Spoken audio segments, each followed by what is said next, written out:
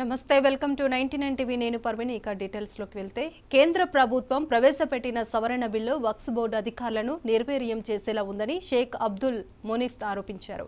ఇక వెంటనే ఈ సవరణ బిల్లును ఉపసంహరించుకోవాలని డిమాండ్ చేశారు. 2024 వక్ఫ్ సవరణ బిల్లుపై విశాఖలో మైనార్టీలు అఖిలపక్ష సమావేశం నిర్వహించారు. ఇక ఈ సమావేశంలో వివిధ రాజకీయ పక్షాలు పాల్గొన్నాయి. దేశవ్యాప్తంగా 9 లక్షల ఎకరాలు కలిగిన వక్ఫ్ బోర్డు చట్టాన్ని సవరణ పేరుతో కేంద్ర ప్రభుత్వం మైనారిటీలను అణగదొక్కాలని చూస్తుందని అబ్దుల్ మునీఫ్ ఆరోపించారు.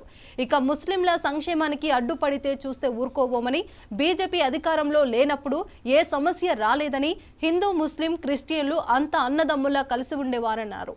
ఇక వక్ఫ్ బోర్డు మైనారిటీలకు చెందిన మాత్రమేనని, ఇతరులను బోర్డులో సభ్యులుగా చేర్చాలని కేంద్రం యోచన చేయడం ముస్లింలను వివక్షణ గురి చేయడం ఏంటని సిపిఎం నాయకులు స్వతంత్ర కుమార్ వివరించారు. ముఖ్య ఉద్దేశం అడుగుతున్నారు.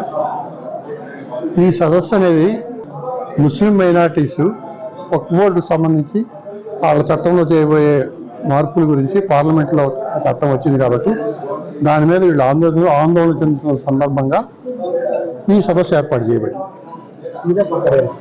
ముఖ్యంగా ఏమిటంటే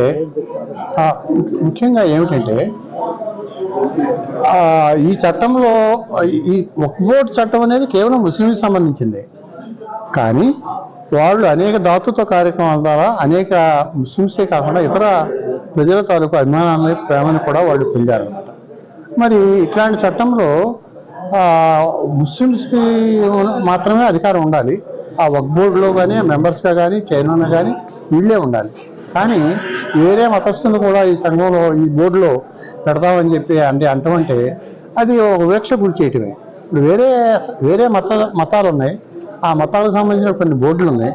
వాటిలో ఎక్కడైనా వేరే మతం వాళ్ళని పెట్టిన పరిస్థితి ఉందా? లేదు కదా. అలాంటప్పుడు వీళ్ళని ప్రత్యేకంగా వివక్షతో చూడటమే కదా భారతదేశంలో, అంటే రెండో పౌరులుగా చూడటమే కదా. కాబట్టి ఏంటంటే దీన్ని ముస్లిం సమాజం తరగతి ఆత్మ దీన్ని ఒప్పుకోవటం లేదు. అది ప్రధానమైన సమస్య.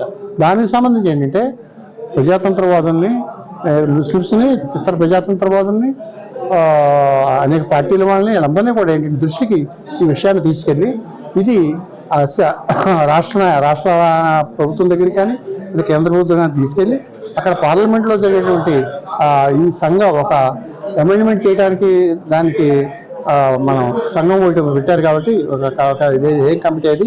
ముఖ్యంగా ఈ సదస్సు తాలూకు ముఖ్య ఉద్దేశం అడుగుతున్నారు. ఈ సదస్సు అనేది